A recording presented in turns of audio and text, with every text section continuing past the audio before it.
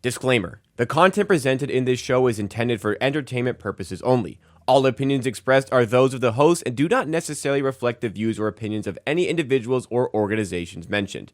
Statements made about public figures or entities are based on publicly available information and are not intended to harm or defame any person or business.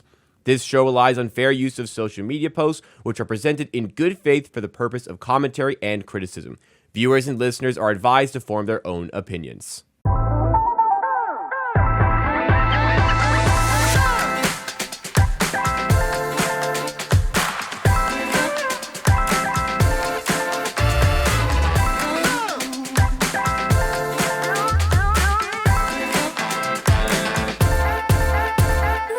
Circle back right here on the Circles Off YouTube channel, part of the Hammer Betting Network and presented by Underdog.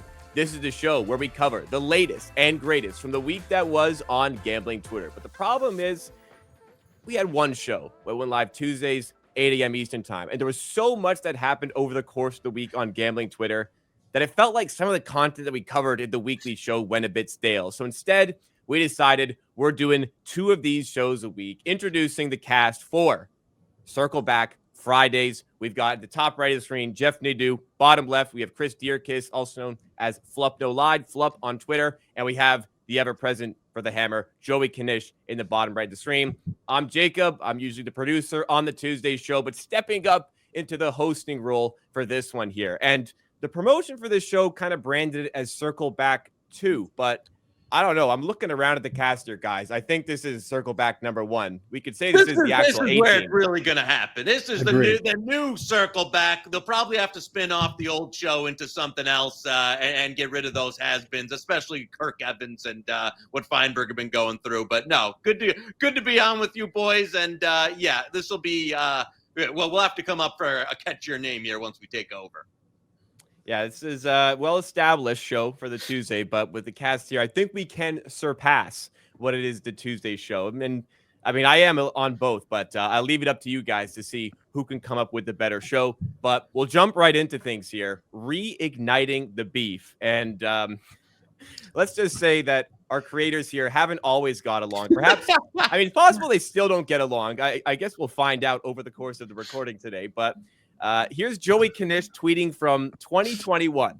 He said, "I never buy pay-per-views, and we know I'm not big on Barstool as is, but I don't think I can miss keyboard hard-ass Jeff Nadeau getting his ass beat by some Jersey lunatic because he's so broke he had to take the fight. Can't miss content, unlike all the rest of Nadeau's failed content." All right, Jeff, you're the one who brought this back up. You posted this on Twitter this week, so you had this ready to go or you went and found this. How does it feel to be doing content alongside Knish now? Well, it's funny with Joey Knish because, like Donald Trump, there's always a tweet, right? There's always a tweet you can go back and find. And with him, yeah, a lot of them came into my wavelength this week. Yeah, if you'd have told me at the beginning of, let's say, I don't know, February, I'd be doing a show with Joey Knish, I'd tell you you're fucking crazy. But here we are. But it's Twitter. You know, I've often realized over the years, and I think you guys do as well, you can't have any shame on here. People are not going to like you. There's a lot of people that don't like me. The good thing is, Joey Knish, I made 100K in 3 minutes. When you do that, let me know. Listen, I didn't know that. I didn't know that until recently. So I'll give you the deal there. The backstory, I'll give you a little on twofold. One, that was in the preem of my Barstool Sportsbook beef days, where like they had just rolled out a lot of the sportsbook stuff. So I was going after anybody I could. And one of the guys I bet with actually was in real life friends with Jersey Jerry. So I kind of felt like I was in the Jerry circle. You were beefing with Jerry. We actually were able to get it. This is, this is fights before whatever happening nowadays on Twitter. I remember BetOnline was able to post it and there was a line, all that. But I will give you, I'll give you that 100K. I didn't know that until recently when you said it. So, hey, I would have took 100. I don't care who's getting in the bite for about 100 bands to get in there for a few minutes. I give you credit, my man. That was you took care of them on that one. 70,000 pay-per-view buys we did. So it ended up working out. And by the way, Joey Knish, when you want to put your YouTube numbers up against mine, let me know. You know what? I listen. It's a little slow climb here. I know you've been talking about the mafia since 1972 or whatever. But we'll be back here to see it get a little head to head. But Well, not for we're nothing, working together. Kanish. We're working this- together. We're gonna surpass it all together Yeah, now. the dynamic here is great because Flup. I mean, I feel like he's whispering. I'm the anytime we only talk. one. I'm the only one here that doesn't need, the money to go to someone I hated beforehand. I mean, Well, then why does it look like you're at your grandmother's house Yeah. in a funeral or something here? Like, what is this background? I don't know where you're staying right now, but I got logged down. I almost said, "Whoa, she's crazy." The guy in like a morgue. it's New York City. 100 square feet costs like $10,000 a month. So That's this right. is Now all- I see why you're crossing so big on some of these stuff, having to get up with New York rent. 2 hours ago, he didn't even have a microphone to use. So thankfully that was addressed heading into this one today. I mean, Kanish, it took you like months and months and months to get a microphone, but it is nice to see you are sitting up straight for the show here today. It shows how much we've gone really mainstream care. now, so I've gotten off the couch. Well, before we started, Jeff, you said there's some even worse Kanish tweets out there. This is just one that surfaced this week. Oh yeah, this isn't even that bad a one. I mean, it's not great, but he said way worse. I mean, I don't. Me and they have all gone back at it a little bit back and forth. I mean, there's been way worse in years past, but I'm listening. It's nothing I haven't heard before though. But for a guy that's like 51 still behaving like this is pretty crazy. Hey, listen. No, this face doesn't look a day over 30, baby. So we're going back and forth there. But Jacob, give me what we got here on the first rundown, because we gotta get into it. All right, I know Kanish and maybe yourself watching right now are very eager to get into things, but first, let's talk about our sponsor on the Circles Off channel, and that is Underdog. If you're looking for a fun way to put your player knowledge to work, Underdog's pick'em format makes it easy. No dealing with line shopping, no worrying about odds movement. Just pick whether a player will go higher or lower than their projection and build your entry. And right now, Underdog is offering an exclusive deal for Circles Off listeners. When you sign up using promo code CIRCLES, they'll match your first deposit up to $1,000, plus you'll get a free pick to get started. And this week, it's about as automatic as you can get. The free pick is Jason Tatum over 0.5 point Saturday as the Boston Celtics take on the San Antonio Spurs. And, I'm no pro bettor here, but I think Jason Tatum's good for 1 point, at least in this one here. No strings attached to that free pick, one bucket, and you cash. Underdog's Pick'em lets you stack multiple plays together for a chance at a bigger payout.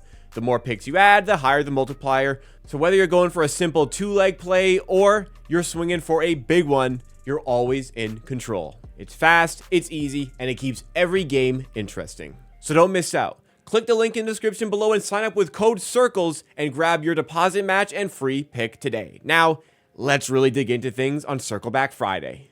All right, we'll dive into things here. We got something big for the first one, because the spaces are still what is dominating gambling Twitter. People always mention on Twitter, the Circles Off account, I don't want to hear about the space. Well, listen, this show is about the latest and greatest from gambling Twitter. And right now, the biggest thing on gambling Twitter is the spaces. So here's a recap of kind of what's gone down this week. This was posted by Rob Kuhn, I believe is the pronunciation there. But basically, everyone's claiming that they are the #1 sports bettor in the space. And there's none of them are even close to the #1 sports bettor. In fact, you could argue that almost all of them are not winning sports bettors who are coming in arguing. But there was supposed to be a second fight between Mazi and Sean Perry that didn't materialize because ultimately Mazi showed up with $500,000 ready to bet on the fight, which I'm not sure that was a great bet by Mazi. But Sean Perry did not show up with any money, which led to a little bit of a dispute because, listen, I haven't had personal experiences with Sean Perry, but I don't feel like he's a man of his word who will have $500K wired to Mazi when if he does lose the fight. What I can't understand about this, after Mazi posts on Twitter here, he says, guy still owes the gym $7,000. Sean, all cap, he's a degenerate broke gambler who is only rich online. He's a broke bum. So what I can't understand here, it was a pretty thorough win for Sean Perry in the first fight. Why would Sean Perry not show up with the money for a fight that we would likely believe he is going to win? This interaction made me think that Mazi was either faking it and was actually much better than he's letting on, or two, Sean Perry is actually broke and doesn't have the money. And I think it's I'm going with 2. Number 2 seems like a pretty. If I'm putting my 500,000 on the bet, it's that I don't think Sean Perry has 500K liquid. It's also hilarious how he spent the whole day or days prior tweeting about how Mazi better show up with the money. Mazi showed up with it and he didn't have $1. Incredible. Yeah. But I've learned with these people, they can't take a win. They always have to keep doubling down and trying to get more wins. He had a win finally, right? Yeah. He won per se. Everyone was in his corner.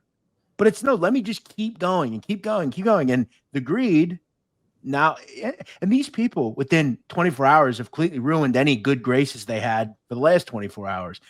He just talked a little too much and doubled down, and it didn't work out for him. Nadu, you were in on the spaces, kind of a little bit more intently, just being on it on a regular basis for a while there. Did Sean Perry kind of pseudo buy the spaces for a minute there? I mean, it was almost like he paid off Elf for a week or 2 of content, and they've kind of been just running whatever. Perry has wanted to go by. Here's what I'll say. Okay, since the beginning, I've liked Elf. Okay, yeah. I do not like Sean Perry, and I made it clear to Elf I don't want to be a part of the show when Sean Perry's there, and I haven't been. What's going on in the last week? I can't tell you. I haven't been on. I've heard about what's going on.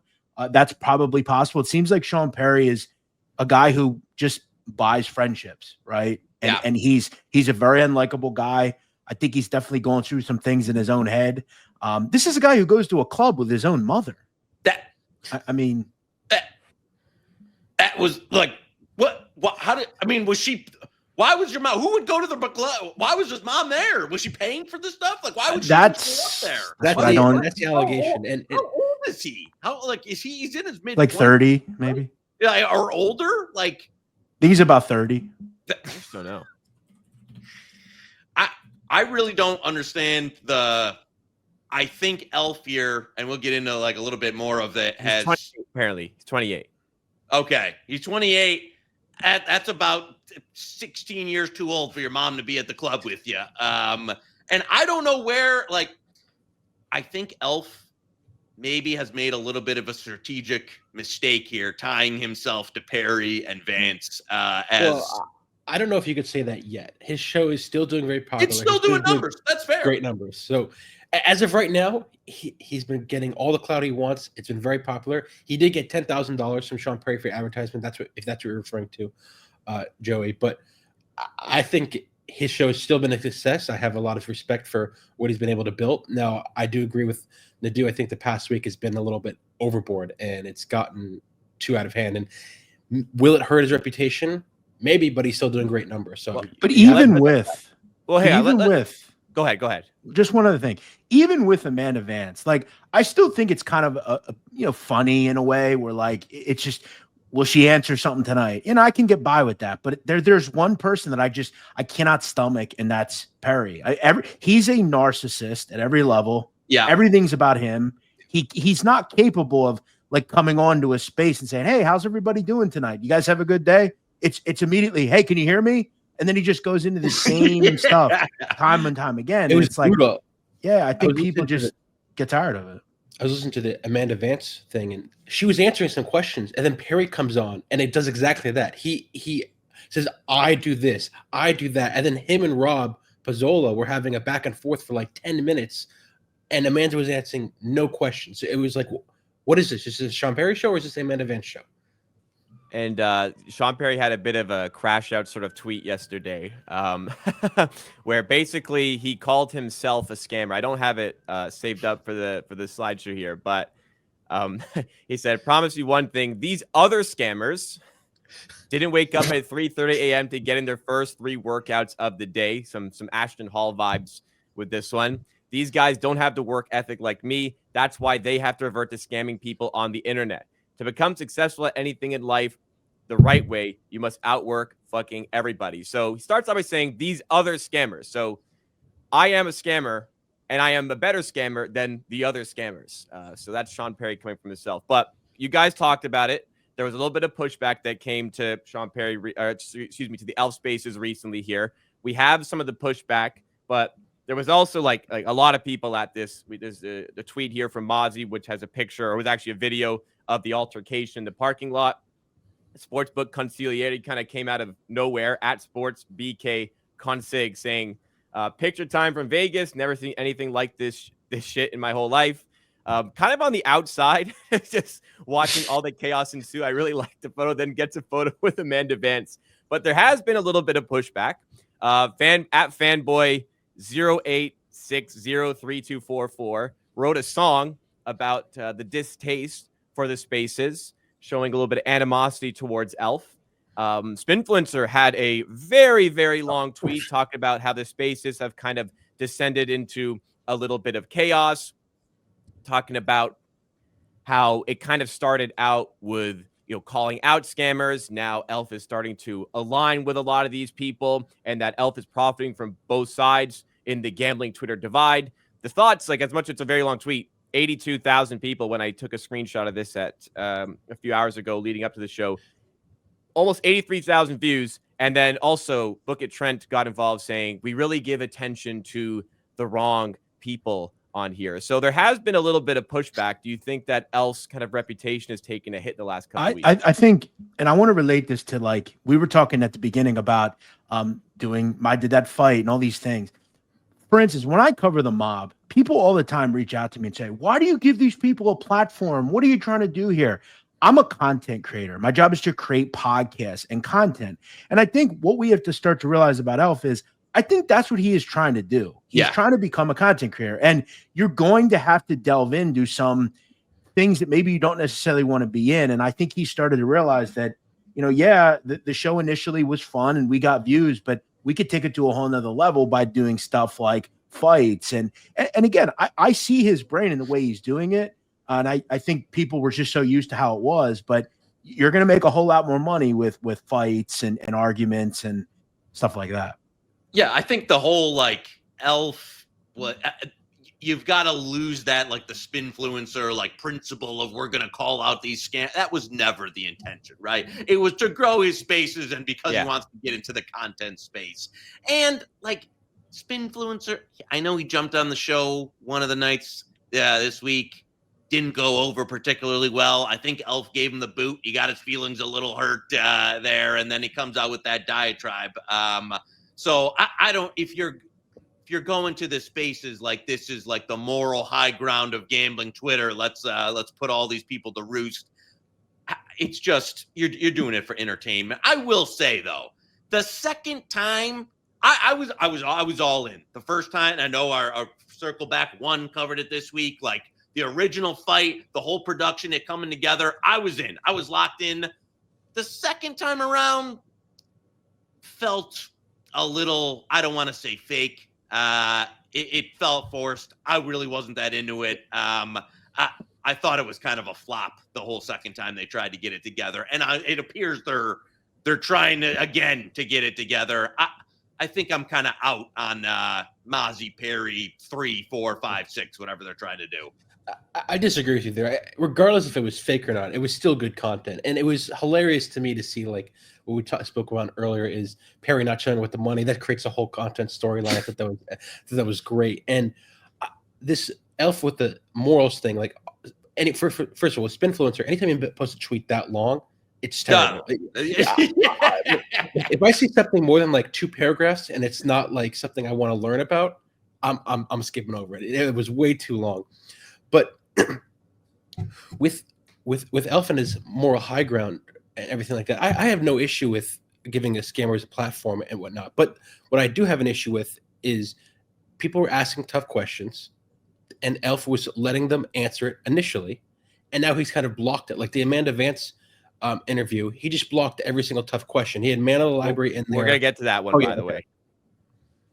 But yeah, it's they've taken a turn. They've taken a turn for it's sure. Different when you start spending, like, when you meet somebody in person and then you're spending days with them, or you're like sleeping at their house. There's there's level of connection there that kind of crosses the boundary of trying to be like this, intermediary where you're just interviewing the show. It's like now it's like an actual friend. So if people thought they were going to come on, And I don't know. What did you want to hear from Amanda Vance? That she had this, and that's the thing. Like I said that recently. Like I don't know if there's anything in particular that like I would ever want to hear her talk to me about. Like I think she just is who she is, and like I do think it's funny that like she just has her things. This is what she does. We're also trying to be moral in a group of people that aren't morally like great moral. point. Like this is a group of people, and me included. Like you got to do what you got to do on here, right? It's not always easy. It's not always something you want to hear. I will give Elf credit, and I have said this publicly, and I'll say it again. The fact that he's been able to do this quickly is very impressive, man. I just hope that there are some really bad people, particularly Sean, and I think we saw in the last 24 hours. I think even Elf may be growing. Yeah, he like turned on Elf in the last since like even before Jacob could get this together on the rundown. Well, I did add it was a late edition, but we are going to cover that as well. What I want to go into next, Elf was not a fan of some of the backlash that he's been getting over the content and tweeted this out. He says on gambling Twitter, there are people who create content and people whose content is shitting on other people's content. There are pages that literally wouldn't exist if other people didn't create content for them to shit on. So when he posted this, I mean, I had to feel like, the circle back was getting called out maybe a little bit with something like that getting posted. However, I think like for all walks of content, like a lot of it does stem from reacting to other stuff. Like I think about sports content. Like there are people who play sports professionally and people who cover it, and they wouldn't have a job if the sports weren't played professionally. I don't think that's a perfect metaphor for this, Jacob, literally every piece of content people make for the most part are because of other things that have went on, whether you're reacting to a game that happened last night or you're reacting to something that happened in history or whatever. I mean, that's what it is. That's what content is essentially. Yeah, that's his whole show. That's like the Spider-Man meme pointing back at you. Like that's this whole show is what like shitting on other people's like content creators and scammers and pick artists. So I don't know. I mean, man, what Elf kind of tried to create tried to create his own original stream content with some other stuff like the whole arbing. That didn't really go too well. So now he's kind of moved on. I get he's found his niche now, but it's the same exact thing he just said he was tweeting about.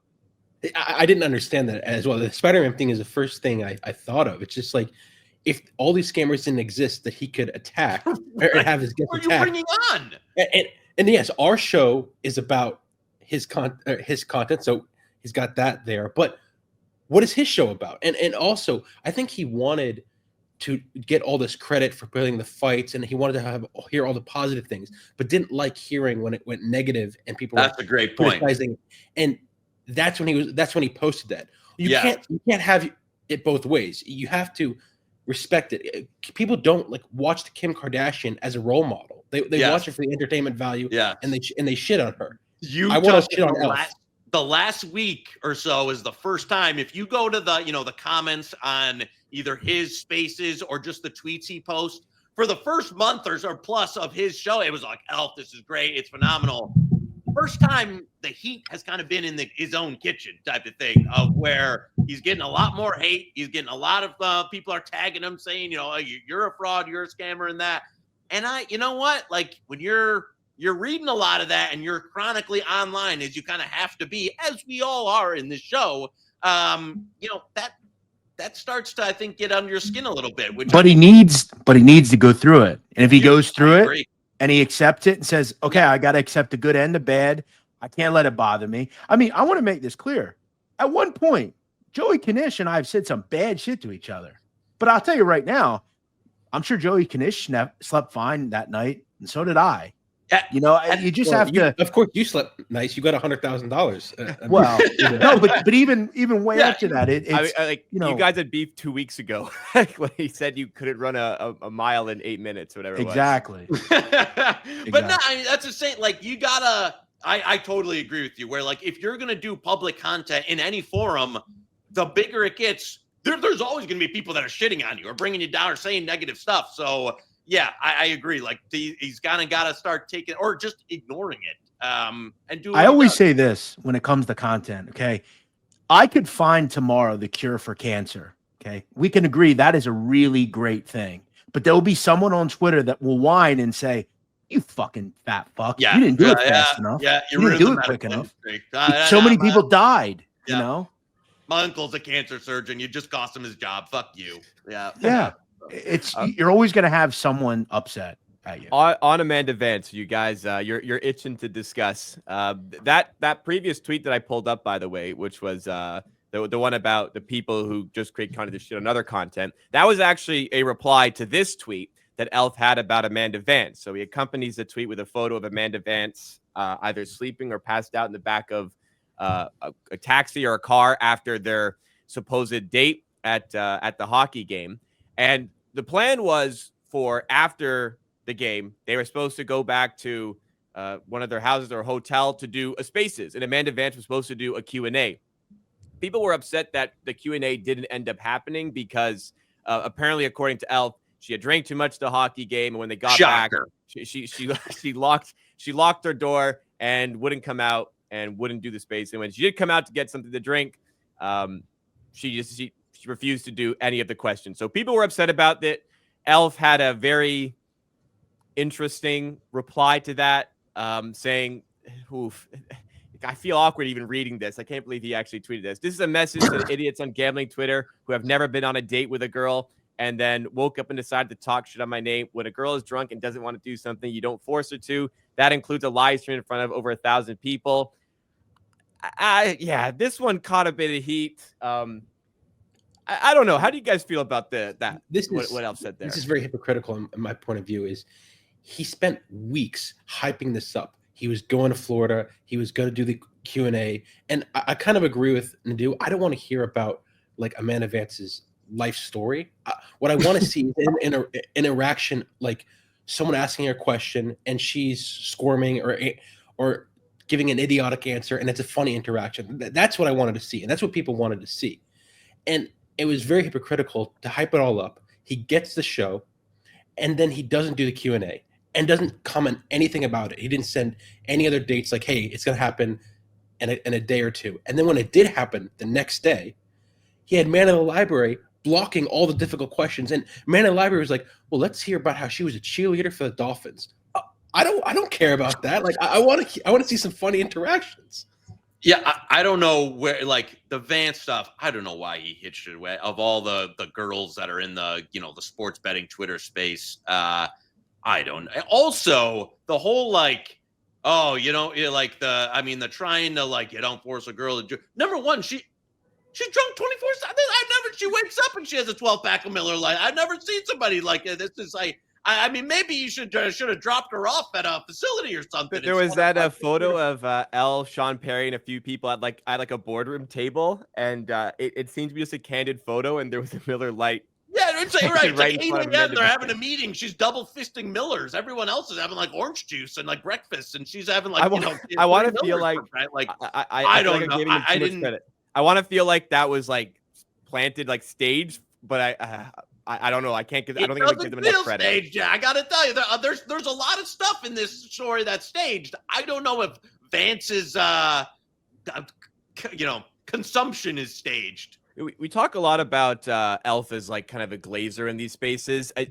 Man of the Library doesn't get enough shit for this because he is completely mooching off of these spaces. Like he is latching on to Elf and trying to get him to carry him up. He's moderating this space for Amanda Vance. And you would think like Man of the Library, like the stances he's had in the past, Amanda Vance would be something that he'd want to like try and bury with one of these spaces. Amanda Vance, like we first introduced her on this show weeks and weeks ago. She's a pick seller who has a website that perhaps had fake reviews talk about how good the picks were. Based on the frequently asked questions page of the website, we can pretty much say that they're not winning picks. She's a scammer who sells picks. That's flat out what it is. But when people want to actually ask about her betting, Man of the Library shuts it down. But when questions do get in, she cites she cites trends, situational angles, the things that an actual winning pick site wouldn't usually be going through. And then she also mentioned that because she attended Game 7 of the Stanley Cup Finals, she's a really good bettor. It caused some really good content. Mike Vivian kind of started it off saying, "I was at the Rangers World Series game in 2011. I know a lot about on betting, and a lot of people posted photos of them at significant sporting events saying they have the biggest edge. But that Q&A that she actually did, which you talked about, it was heavily moderated by Man of the Library, and it seems like within the hour, she was sober at the start, but within the hour, it kind of appeared like, or sounded at least like she wasn't sober at that point. I mean, Library, he just, the clout is a hell of a drug.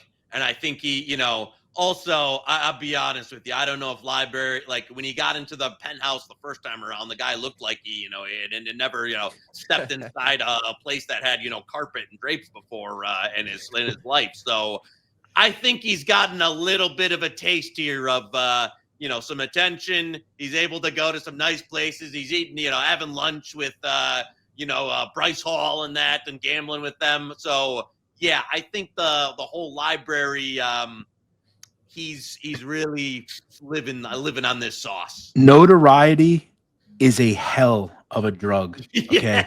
There are people, okay, that are willing to go to the ends of the earth to be noticed. Right? You ever see that documentary, Don't Fuck with Cats? That guy that did that, his whole obsession was, I want to be known by somebody, and I'm willing to do whatever I have to do for you to talk about me.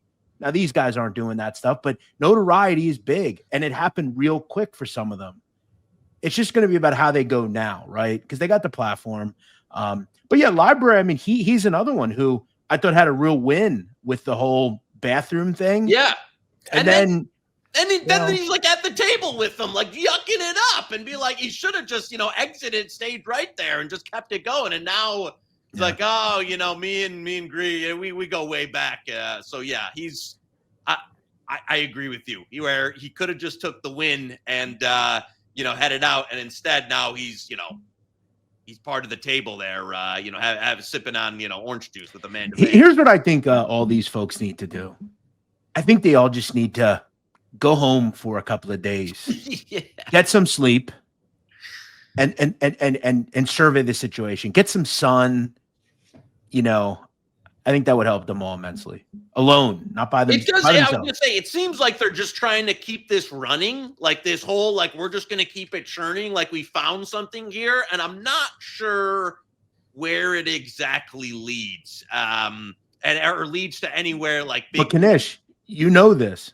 When you're let's say you're sitting at a poker table and you hit you're winning every hand. Yeah, yeah. You're bluffing everybody. You're on a run. You don't want to leave. You'll stay there till 9 a.m. if you need to, until the game breaks. And you either leave with all the money and with even more money, or you leave broke and you screwed around for too long. And we'll see if that happens here.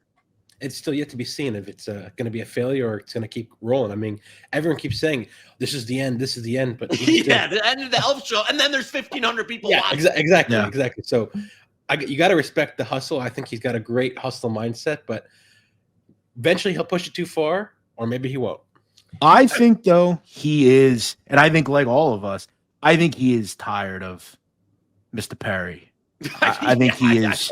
I think he is grown tired of it, no matter how much. That's the latest thing here. Apparently, Sean Perry, I'm officially done with the Elf show. He kicked the wrong motherfucker out of the show. It's my fights. I can talk about my fights. I don't need some dudes who I have no clue who they are with 5,000 followers talking over me. At the end of the day, you clowns will talk about me regardless. I don't need you. So now, by the way, Jacob, this is a guy with 18,000 followers. It's not like he has a million. This is a guy who in 2 days on YouTube has like 1,000 views on a video. Like, we're not talking about Bryce Hall here. This guy acts like he's Mr. Beast half the time, you know?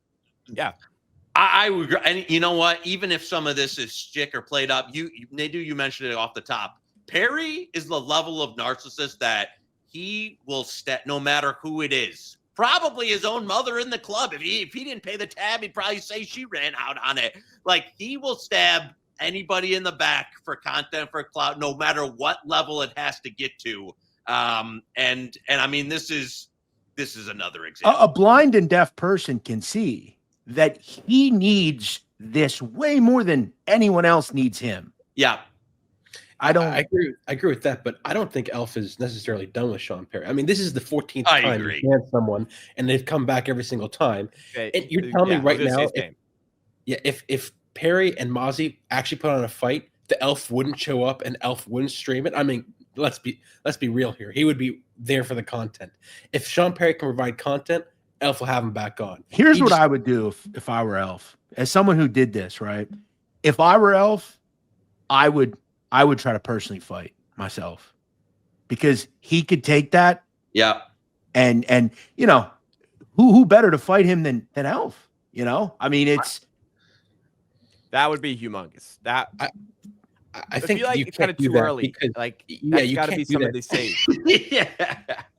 Maybe that's where it's leading. Maybe he's in the gym training right now to get. But I agree. They need a new storyline, right? The Mazi Perry storyline is getting old, and I think people are getting sick of it. It's got to be like, what's the next thing? And I mean, they do. You've been in the content, like it's hard to perpetually find that next thing to keep people's interest.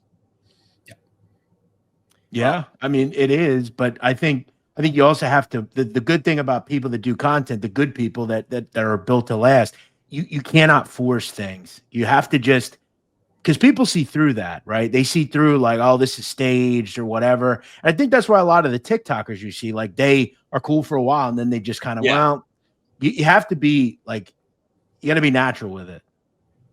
Last thing on the space before we move to our next topic here. Man of the Library, who moderated that one, got into a little bit of hot water with a tweet that surfaced from @Mobbin44 on Twitter. This is a long tweet. My God. This is a long tweet. I will I'll summarize it a little bit for you guys here. But essentially, Man of the Library was called out here for owing people money and for a troubled past of posting plays on Twitter, losing those plays, having those, and then deleting those plays. We had an example on the show maybe a month ago where he gave out a money line play, got absolutely destroyed on it, then deleted the tweet, got called out for it, and tried to make a joke out of it. But apparently, Man of the Library here owes somebody $1,500. Apparently owes a lot of people money, but in particular here, at one stop Choco _Choco on Twitter informed Mobbin that he knew Library in real life and to not associate with him, and showed me the text messages of himself letting Library borrow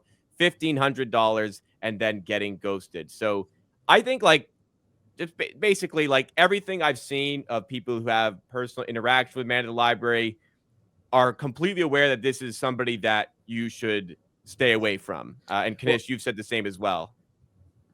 You go, Dish. No, I was just gonna confirm. Like, there's been some people I know in Vegas that would also, on a smaller scale than a Sean Perry, but that that Man of the Library's past history does not particularly put him in good light. I gotta say, I hate this kind of stuff, because do they provide receipts? Like, I don't like this stuff where they like, oh, this person owes me, or I heard this person owes me, because you can just freely slander someone's name without receipts. If there's no receipts, in my opinion, you can't take it credibly. And if I was acting, unless I see a receipt, I would say assume that Library's paid all his debts. I need to see an actual receipt. And this guy reached out to me, and he approached me on a space and says, how are you going to stand there and not care about this? You're all about integrity, this and that. And I said, well, number one, I don't even know if you're telling me the truth. You could say anything. Number two, I know Kanish knows this. He's been around a long time. I don't know what some of you folks need to realize. Stop doing monetary business with people you've never met.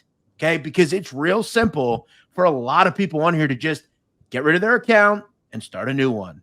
Stop doing business with people like this. Again, I don't understand it. Oh, I'll take your bets and you can go up 6,000, but you may just not pay me and I have no recourse about it. Like, what sense does that make? You almost deserve to be, honestly, there is an element of, like, especially people with these, it's not like Man of the Library's reputation has been sterling for a long time, then he just crashed out. It's been bad for a long time. And then, you're doing business with that guy. So I agree. There's some self-accountability there. Also, as you in the poker community, especially back in the day, but even now currently, there's always, I'll bet you 50,000 on this. I'll, stake you 100,000 on this. And just a lot of word of mouth, staking and debt that ends up in a lot of bad places. So yeah, I listen, I'm not going to say the guy deserved to get screwed, but it's not surprising. And as a, if what you know about Man in the Library right now, from here going forward, from what you've seen in public, if you're ever doing any kind of business or staking or like ammo, then that's your own. That's like showing up and fighting Sean Perry and thinking he's going to wire you the money if you lose. Like, it's your own fault there. So far in this episode, we talked about a lot of people who are scamming in this space. We're about to talk about a brand that's potentially scamming their players in this space as well. But before we go any further, make sure you guys support the channel by smashing that like button. Help driving us up in the YouTube algorithm and getting this show out to new people. Also, make sure you're subscribed to the channel. We are putting so much work into bringing you this content completely for free. All we ask in return is that you do support the channel with the like, with the subscription, and hey, maybe turn the notification bell on as well so you never miss out on any of the content. After all, Circle Back keeps coming at you now twice a week. But let's get back to the show and keep moving with things. Well, the dude mentioned doing monetary business with somebody that you met online, but how about doing monetary business with an unregulated sports book? There's been some allegations that have come out against the Flip Sportsbook. Many people are reporting on Twitter that Flip is shutting down and are not paying out the balances on people's accounts. At JFar2Nice tweeted this: "I promise I'm not trying to stomp on people who got stiffed on Flip. That shit is awful. But as a sharp bettor, you have to stop parking your funds in a clearly dubious place. The first Flip debacle years ago was a sign enough to not trust him with a cent." EV Bets MA followed up by saying, alternate point, the risk may have been worth it when they had really soft lines, but people should have been smarter than leaving 10,000 plus in there. I'm hoping bettors can get their money back. Personally, with the new odds provider, I'm pulling almost everything out of Flip, but I made a conscious decision when they had easily beatable lines that I would accept the risk of them trying to steal my money. Have you guys? Yeah, go ahead. I'm gonna let you guys have this, but I'll just say this: this is like being a coke dealer and getting robbed, and you're running to the police and complaining. There's not a lot you can do. Don't do it. Don't bet with unregulated books. Don't bet with books that aren't, as that guy said, you kind of deserve it. I got to disagree with you completely, Nadu. I know Joey can probably say tons of stories about getting stiff from PPHs and bookies and all sorts of things. If you're not taking risks and getting stiffed a little, you're probably not being aggressive enough with your betting. The Flip lines were very soft, very beatable. You can earn a lot of money in it. It's a simple calculation. Is the chance of getting stiffed and losing your money enough to overcome the expected value you're earning? Probably not. So you should be just hammering away. And doing business with people, I also disagree with that point, because you got to have risky people to do business with if you want to earn a lot. Because sometimes it works out, and sometimes you can earn a lot of money, and that's how you can build the softest outs and get the most money down. So you have to be smart with your calculations. But it's funny, I was talking with my partners the other day. I don't think we're getting stiffed enough, because I don't think we're taking enough risks. Did you ever bet through Flip? No, I never bet through Flip. No. Yeah, so I'm gonna kind of hedge between the 2 points here. Is one, this was the first sweepstakes books was the first time, even if you take out, like, people want to say offshore gambling and that, but really a lot of offshores have, they do have to get a gambling license. It may be through Curacao or something. They do have to have a gambling license. They do have to have a little bit more of a reputation. A lot of them have been around for a long time.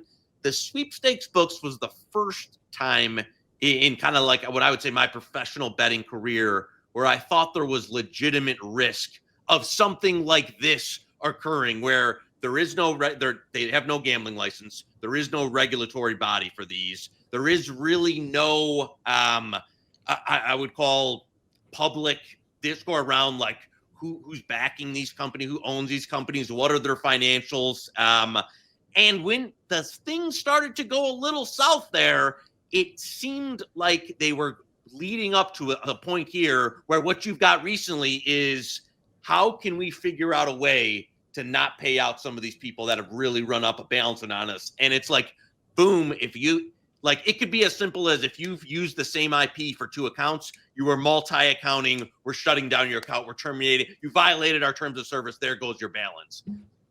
That's, I think, some of the, and again, there are some other angles with the sweepstakes. When I was first looking into it, because I'll be honest with you, if I was young and hustling, starting on my bankroll, that would have been super, super attractive. I probably would have taken, as Fluff was saying, some of the risks there. Just kind of knowing some of the similarities, and in the state I'm in, sweepstakes were not allowed. So I kind of had a firewall there that would have made it even more difficult. But there was really some early signs with these sweepstakes books, and a couple of them, like smaller ones, even went under that. You really didn't know if the money was good there. I'll just kind of relate it back to what we were saying about certain people, dealing with certain people. You have to realize, there's a history out on them. We get who they are, and they're going to do this. Same with these. That's more what I was saying. Like, you have to understand you are taking a major risk, and I get where you're coming from, Pub. You do got to take risks, but when you do get burned, it's just kind of, it's like spillage. It's just the cost of doing business. Breaking Bad, Walter White talked about that. He couldn't understand it early on. How are we going to let people steal from us? And Jesse says, well, it's just part of the game. You got to accept the spillage. You're going to have to accept that there's going to be certain profits you're not going to get because that's just the cost of doing business. I agree with that. I'd agree with that. But my point mainly is you can do it smart. You can deposit money, bet, and then try to withdraw as fast as you can, but understand that your money's at risk. If you're depositing tens of thousands in there, betting every once in a while and not withdrawing, okay, you're being crazy. But you have to accept the fact that you're going to lose and get your money locked in there some of the time. Mm-hmm. Right. I think it kind of like you hit a certain level where that risk is worthwhile for betting. But I won't pretend to have experience in that. But maybe something that is more up my alley here. A tweet that came from Bill Krakenberger on Twitter. He's been a guest on the Circles Off podcast before, pretty recently as well. And he's a veteran in sports betting. He's a veteran in the space, but sparked up a discussion on Twitter when he tweeted this. He tweeted, I have a friend who loves to bet parlays. He just hit 7 parlays in a row, and then kind of scrolled through his Caesars account and his bet history to showcase the wins, and says it's over now. I can never convince him his way of betting is wrong. So kind of sparked a debate about betting parlays. This theme kind of goes on in sports betting. People win a bunch of parlays, and we think it might actually be bad for sports bettors to win a lot of parlays in the early run. Let's start with you, Flip. How do you feel about that conversation? I agree. If you're a recreational bettor, winning a parlay is the absolute worst thing to do. I can relate it to back to experience I had when I was coming up in poker. I just instantly started winning at the 1-3-2-5 stakes, and I jumped up in stakes too fast and too aggressive and got smacked down, and I went bust early on, and I had to work for a little bit to save up my bankroll. And it's because I won too fast, too early, and it's going to cause a lot of problems down the line. Crack, I got to tell you, and Flup, I agree with what you're saying there. I thought you outlaid it brilliant. Krakenberger, to me, I know this isn't exactly the point of where we're going. He's kind of doing a pseudo elf, like a boomer Elf Spaces type of role, where like he's trying to be the good guy that shows up, like I'm helping out the little man, and like I'm gonna make sure like I'm the man of the people on that. He's been doing this role for a long time. And then he's the guy that's also selling at Crackling, and also taking a job at Wager Talk, and also like probably wouldn't throw a nickel to that guy who was like on the side of the street there. So I think Crack does a really nice job playing his role. It's very inauthentic to me. He's like a cheaper version of Fezzik, a lesser version of Fezzik. Yes, Fezzik a less annoying Fezzik. He's much better. He's much better speaker than Fez. He's got a little bit more, sauce to him. He can tell a great story. He was on Circles Off, and he's a great storyteller. Phenomenal. And not if you meet him in person, like good guy, but this whole I'm gonna do my Vegas thing, and he's on Visa telling trying to stick it to the. Pratt, he knows what he's doing. I'll put it like that. And I think, he's done very well doing that, but it's a little bit much with the whole I'm trying to help the little guy. I've done my own Joey Knish literally kind of thing. You shouldn't do this. This is a bad idea. You're not going to win. You try to do that. You try to educate people for a while. But I've gotten to the point over the last couple of weeks and months that it's just like, you know what? Do what you want to do, right? You want to sit there and you want to bet 10 parlays. You go to any sports book in America and 10 people are in line, 9 are going to be betting 19 parlays. And they're going to look at me and say, wait, you're only betting one game? How are you going to win doing that? I'm now the minority, which is fine.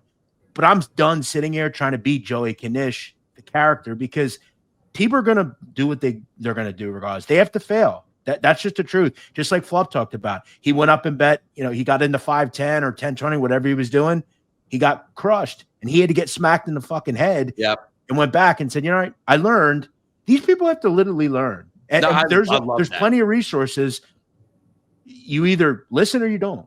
Because years ago, I was way more, I would call, I was better at Twitter than as a spin influencer, but same type of thing where like, I was like going to call, I was going to call out these scammers and really get after it and try and, save people. And I kind of got with you, Nate, where it's like, at some point you're yelling at clouds, and for every one person you might help out, there's 10,000 people that are not going to change their habits. Hey, listen, I guess now that it's easier for me to look at some of this stuff now as more entertainment, just because I agree with you. I think people got to learn for themselves, and you got to learn the hard way. And that's kind of the only way most people are going to ever retain or listen. So far in this episode, we've talked a lot about people who have scammed others in the space. We've talked about a brand that's potentially scammed its players. And we're about to talk a little bit about bankroll management. Well, something that is absolutely not a scam and something that absolutely can help you with your bankroll management and is a fantastic tool for all bettors, from recreational all the way up to pro, is the Edge Boost Visa debit card. It gives you instant access to extra betting capital with zero interest and unlimited withdrawals. So you can keep your funds liquid and flexible across multiple sportsbooks and betting platforms. And hey, we just discussed, maybe you don't want all of your funds tied up in a specific sportsbook for a long period of time. You want to keep on taking that money out and filling where you need it. Well, that's where the Edge Boost Visa debit card is absolutely going to come clutch. With $250,000 in daily deposit limits, you're not constrained by small transfer limits. You can deploy your bankroll exactly where you need it, when you need it. Whether you're taking advantage of off-market lines or capitalizing on promos, Edge Boost makes sure you never miss an opportunity. Edge Boost also lets you segment your spending, keeping your betting transactions separate from your primary checking account. This helps you practice proper bankroll management while avoiding interference with your credit. And don't forget, Edge Boost rewards you with cash back on qualified usage, up to 0.5% based on your spend. More betting power, more control, and money back in your pocket. What's not to love? You're losing money by not taking advantage of this. Get the Edge Boost Visa debit card today using the link in the description. Next up, some more conversations about a little bit about bankroll management and a little bit about pick selling as well. China Maniac, another person who has been a guest on the Circles Off podcast, Sharp Better, saying online that winning and gambling is one thing. Holding on to the money is an entirely different skill set that most fail at. If someone is selling you their edge, it is likely they mismanaged their money somewhere. So again, perhaps a little bit of a question about pick sellers, saying if you have an edge, what is the need to sell picks, because you should be making tons of money off of your betting. So is selling picks always a red flag, or are there legitimate reasons for profitable bettors to do it? And how important is bankroll management compared to simply finding an edge? Yeah, I can take this one. I think there's very little reasons to sell picks. The best reason I can think of is if you're a newer bettor with a small bankroll that you can't size and you have an edge and you can maximize profits that way. The counter I would say is if you truly were that, you could likely find free roll deals. I've offered free roll deals to originators that had an edge and they've built it that way. So rather than sell picks, they're effectively selling their edge to me. So I would disagree that you could sell an edge. That means you've mismanaged money. You could just have a small bankroll in a market that you could get a lot down on. Is there legitimate reasons to sell picks? It's hard to see one.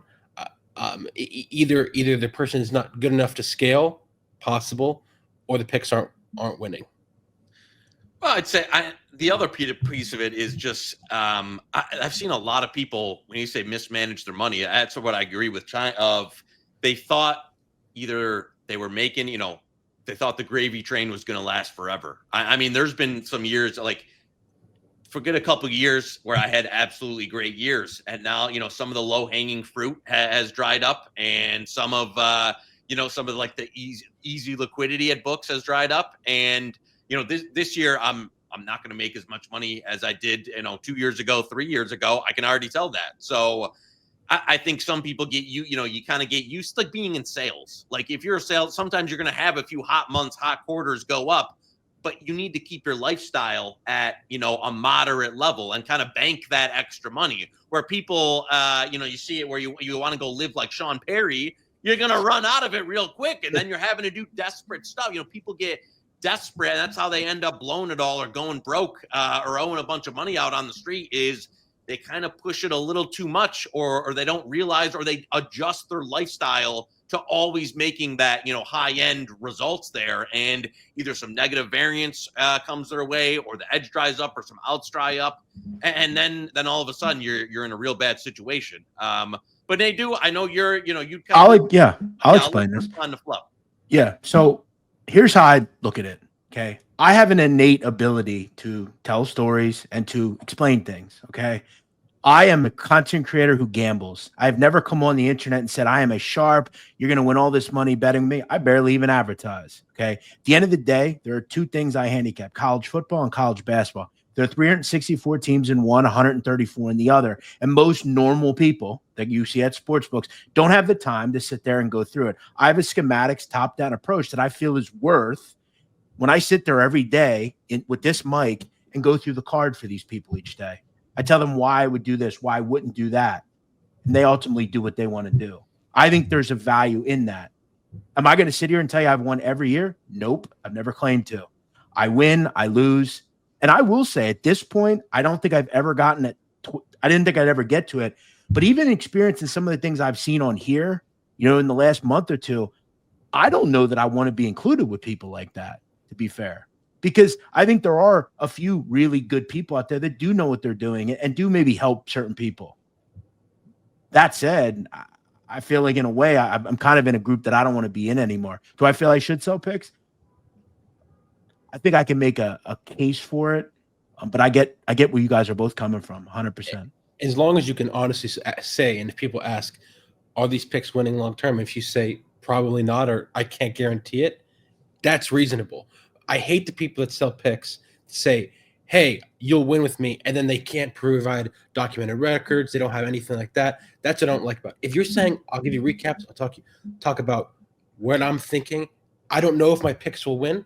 No problem at all, because you're being transparent. I think GRP is a prime example of that as well. He's being very transparent with how he's advertising. I wouldn't call him a scammer. And no. Flup, I'll say this. No time will you ever hear me ever say, I hate when people say, lock this. I hate that shit. This is gambling. We're going to lose. We're going to win. Okay. I look at right now. Do you know what I am in this NCAA tournament? 2-12. I can't hide from that. It is what it is. I had a great season up until 2-3 weeks ago. You can't hide from it. I think you're right. As long as you're transparent, at least to me, I'm not out here selling dreams that I'm the greatest in the world and I got millions of dollars. That's where I think this genre gets, to me, I get off the boat. And there is an element of people that I think they just want to, like, you know what, if you're a hashtag Nadu fan and you want to be on what he's on, and you want to hear him explain the games, and it's like, hey, I'm gonna join the Patreon so I can root for the same stuff. There's it just is what it is. There's a market for that, and like I said, you can either buy it, and if you can, if you lose, you lose. If you can re-up, it's like that's where I've now kind of like shifted the onus, as we just talked about, onto the person. Because you can scream all, like there's going to be people that still will go out there and, we could scream on this show or online that Sean Perry's a scammer and you shouldn't do his stuff, for every day, all day. There's still going to be some people out there that go buy it, that get caught up in the glitz and go buy it. So to me, I'm at the point of just like, people can do what they want to do. What I think kind of I've come to realize is people don't even mind if the picks they're buying are losing sometimes, as long as people are transparent. Look at Book It with Trent. He's admitted that he's losing, and people still tail him. So he's not selling at least, though. He's not selling. But why would someone tail someone if they know that they're losing? But I also look, and that's a good point. I also put the truth in the fact of the same people that I've had with me for 2, 3, 4 years now are still there. And not one of them has ever come out and said, oh, Nate Duke comes on there and says he's undefeated when he went 0-3 yesterday. It doesn't work like this is not a business you can hide in. You got to be transparent. You got to be out there. You got to be with it. And look, I'm also not one of I don't have a dub club. They contact me every 2 weeks, I think. They all want me to, and I tell them I'm not interested. Okay. I'm happy with the group of people I have. If we can all make a little, do you know how I'll put you into my mind for a second. The fact that I'm 2-12, do you know how much it bothers me that it doesn't matter that I lose my own money. It fucking kills me that certain people expect me to do well and I'm not. That bothers me a lot. I'm killing myself in my head over it. Like I've got to say that kind of stuff really bothers me from Pixar. If it really bothered you, refund the money. Like refund. You're right. But if you have go ahead. Like Fezzik does this all the time. I'll give everyone a dinner if they lose. They don't want the fucking dinner. They want the money back. Like if you truly felt, refund the picks that they bought for your thing. And the other thing I'll say is, I think there's people attack all pick sellers the same. I think that's ridiculous. I'll be honest, Jeff. I don't think you should sell picks, and I wouldn't recommend anyone buy it. I have no shame in saying that. That being said, if you compare yourself to someone like Amanda Vance or like Bo Wagner, it's ridiculous. If people put you guys in the same category, that's stupid, because Amanda Vance and Bo Wagner 100 times worse than what you're doing. And I do want to make this clear, Flup, and the people will tell you this. I think there was a few people, they signed up the week of the tournament where it was terrible. I did refund them. That's good. I like to like I'm for if you were with me the whole season, I had a winning season up until then, but I have no problem doing that. I'm not going to make millions of dollars selling picks. I'm never going to want to be that person. And if I wanted to, I'd already did it. I could do it. I could fucking shout it to the roofs, come home. Hey, I'm selling picks. You ever hear me advertise it? I don't advertise it. I agree with your point where like people just won't care or see it, like with Fez, like because Fez got into some shit this week as well with the Duke money line that he gave out. And then there was on the show we did on Tuesday, Rob was saying the minus 7,000 didn't exist. So then Fez posted a screenshot of the exchange that he got minus 7,000 on. Where it's like to win 23-32. Yeah, like pocket change on minus 7,000. It was a bit of a self-report. You didn't win it, Joe. So he got that at least. So it was a bit of like almost a self-report. But then like the replies with Fez complaining about people making fun of him for the minus 7,000 line, the replies to that are still like, oh, just shake it off, Fez, or something like that. Like keep grinding, like we still rock with you, stuff like that. So yeah, people really are like entrenched in their communities, and but just like you guys said, people can kind of do as they please. Last thing we're gonna go through. I honestly kind of I was kind of partially hoping this would never be a topic for this show because this is so exhausted of a debate, but we're going into it here. The LeBron versus Jordan conversation here. Kirk Evans, one of the hosts on the Tuesday show, reigniting this a little bit and said, if you were at all considering LeBron as a GOAT when he originally signed with the Lakers, I'm not sure how he isn't undisputed GOAT by now. 7 seasons from the age of 34 to 40, averaging 27, 8, and 8. Probably most impressive end-of-career run by any athlete ever, and he's still going. Obviously, this caused debate. China, we just talked about, said most impressive for longevity by far, but he's not even in the conversation with Mike as a GOAT. Clive Bixby, one of the Forward Progress hosts that we have, does the Sunday show with Rob, one of our popular ones there, says, to be fair, you're forgetting Tom Brady in reference to greatest career run, end of career run by any athlete ever. And then On Fuego 101 says, in fairness, you're too young to understand what Michael Jordan did each night, but more importantly, in the playoffs. So it's important to note here, Kirk Evans is mid to late 20s. I myself am mid 20s, so I also didn't experience it. But I'll set the tone here. I am in the mindset that LeBron is the GOAT. I kind of like hate this, how divisive this conversation is. Like when China says not even in the conversation with go, like, let's be real here. That's There's ridiculous. a conversation at the very least. Like I'll say LeBron. If somebody says Michael Jordan, I'm fine with that. But at the very least, you have to acknowledge that it is definitely a conversation, if not a very close debate. And if you don't acknowledge it, I think you're just lying to yourself. But yeah, like, what do you guys think? Joey, who do you guys have as GOAT? Well, I always will say Michael Jordan, and Joey and I came up around the same time. I also look at, I think, what a person does with, like, for instance, what Michael Jordan did to basketball as a whole, right? He has a transcendent, like Jordan is a transcendent logo, right? It is taking basketball to a whole nother level. And he was the one that did that. And not that LeBron hasn't done that on one level, but Michael did it before him. Michael still has won 6 titles. LeBron's what 4? I'm not going to get into the particulars. They're both unbelievable. I have him 1 too. But to say that there's no debate, a little insane. There's definitely a debate, but from a transcendent standpoint of what one did for the game of basketball, there is no athlete in the history of the game that has done more for it than Michael Jordan, and still does for it. I mean, I'm a LeBron truther. There's a bunch of Knish tweets out there that are, LeBron, greatest of all time. And I will say, to add to the legacy is last night, when he only had 3 points starting the fourth quarter, and Flup thought he was going to cash he was raking the money. He thought he was already counting. He texted me, Joey came, we did it, baby. I won it. I news. the dream. Did you do that? Whoa. And then he immediately No. This goes on a disinformation. run. I said nothing, and Joey texted me, and as soon as he texted, LeBron scores 8 instantly and goes to 11. This is Joey's what's the fault. bet? What's the bet you have? What's the backstory? What's the bet that you have? I have I bet LeBron to score under 10 a couple games. I was getting around 60-ish to 1. But then the big overarching bet is I have a 2-1, my 10,000 versus to 20,000 on LeBron to have one game for the rest of the season under 10. And I bet this when there was 40 games to go.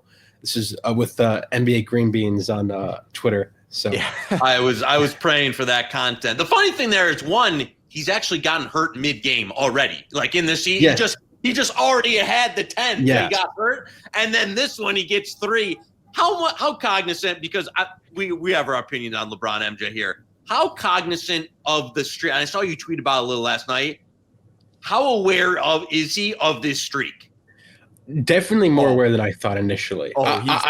He's got to be. No. I think like. So Knish, you sent a screenshot of the box score, by the way, tagging Flup in our chat. 26 minutes, 3 points. I think LeBron going into the fourth looks up and knows exactly what he needs to get. I would be floored if he wasn't gunning for that. Like they could be getting slaughtered in a game. He's coming back into.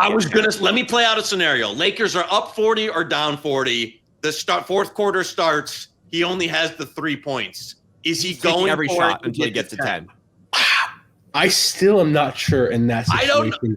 Because he's 40, he already has the record. It's so long. That's kind of like the premise of my bet. What this did show me is if he had like 7, 8, or 9 and got a little injured, they probably would come out. He might come back in for a possession or two to try to get it. But I want to take it back to what the initial conversation was.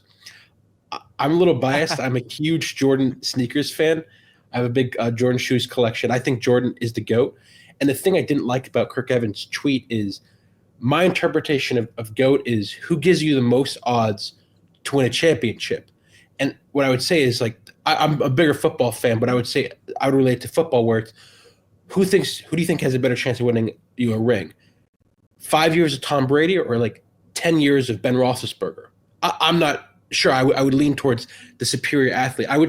My argument would be that Jordan's peak was greater than LeBron's peak. And even though LeBron's longevity is far greater, it doesn't help you get a ring. Like LeBron's only like the 10th to 15th, maybe 20th best player in the league right now. I'm not sure how much value he's adding to get you a ring at 40. Like, I don't know how much this really impacts him. Whereas like you need a top 5 guy to really have a significant chance. But also, to win.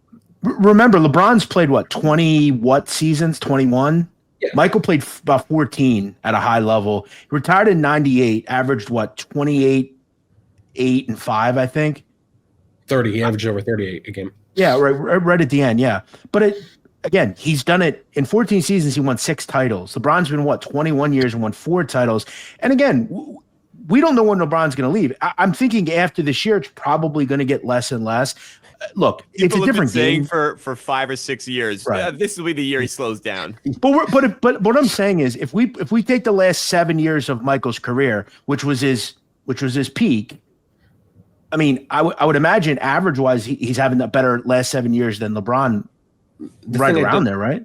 The thing I don't like about that argument, though, Nadu, is LeBron had to face the Golden State Warriors with Kevin Durant. I mean, that's. Did Jordan ever have an opponent that difficult? Let me tell you something. Those Jazz teams, okay, some of those teams were Karl Malone, John Stockton, Byron. They were pretty. Oh, they're good, but no one in their right mind would take the Jazz over the Golden State Warriors. Sure, no, and also the caliber of teams that like LeBron has played on as well is a big thing for me. Like, I don't think he had the same level of cast. That obviously he had a great cast, but sometimes he didn't. Like his first finals loss to the Spurs, like that team had no business whatsoever. But Jacob, skipping a finals. He's also had super teams, and Michael had Scottie Pippen, Dennis Rodman was a great rebounder, but Luke Longley, I mean, Ron Harper, great players, but I mean they're also kind of just role guys too. It's a longevity versus peak, I think, almost like what you prefer right now. Right. I think objectively you would say if you wanted one playoff series in their prime at their absolute peak, you would take Jordan. Over the course of the long haul, who's had a better NBA career? It's now kind of. But do you he mentioned he's a big shoe guy. We're all big shoe guys. You look at what he has done for the game, right? So, for instance, I'll relate it. I don't know how much you guys relate to rap music, right? There's no one that will ever say Cameron was a great rapper. But what he did for the genre, whether it was the way he dressed, the acting that he did, that took – like Allen Iverson's another one. Is he the greatest player of all time? No. But what he did for basketball, you can't – the way kids dressed. I mean, he influenced kids.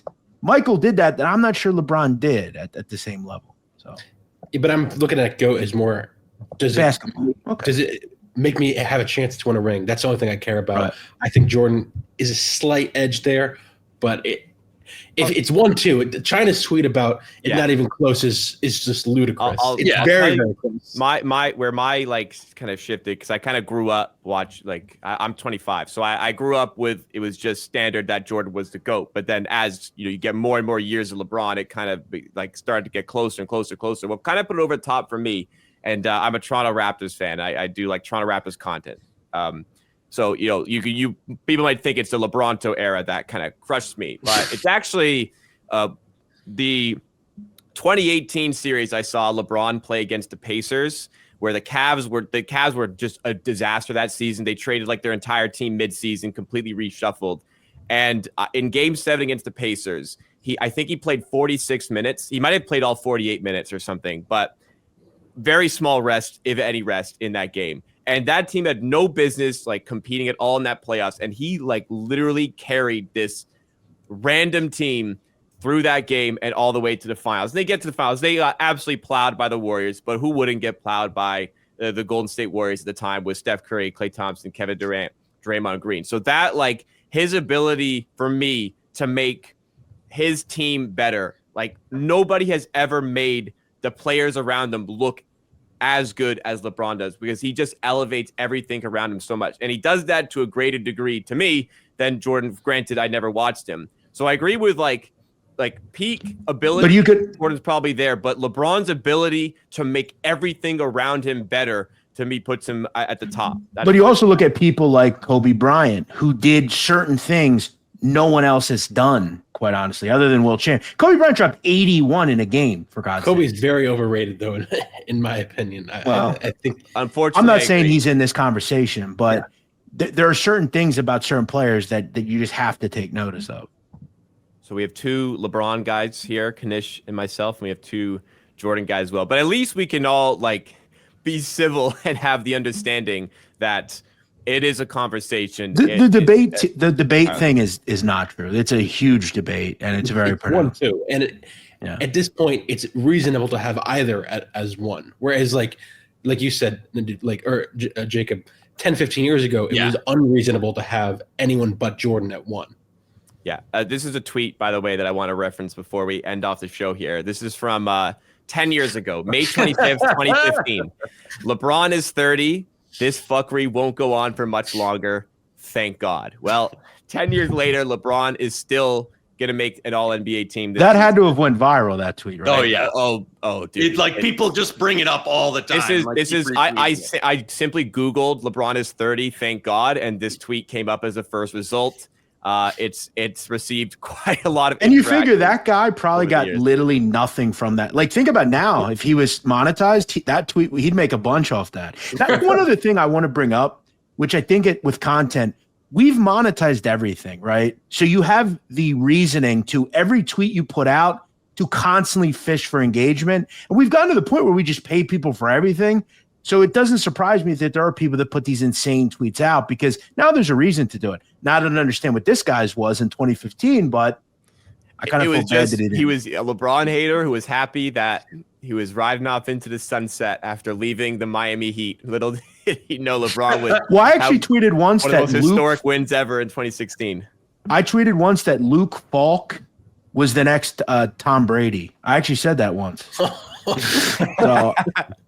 Hey, I mean, I do content around the NBA. I have been for 5 years. It's how I got noticed to get a job with Rob and with Betstamp with the Hammer. So none of that happened without it. So yeah, over 5 years of creating sports content, I've had my fair share of horrific takes. So it's just the nature of the game. I haven't had one as bad as this one here about LeBron James, though. And I think that is a great place to end off the very first Circle Back Friday episode. Thank you so much to everybody for tuning in. Please make sure you've smashed that like button to help drive us up in the YouTube algorithm.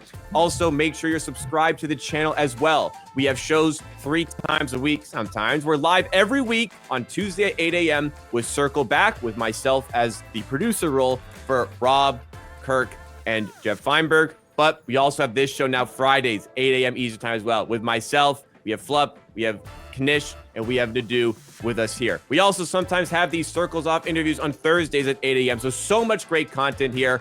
We're going to the moon, and we want to take you there with us. So make sure you get involved with Circles Off. Make sure you comment down below as well what you thought of this episode, and we will see you again at the next one.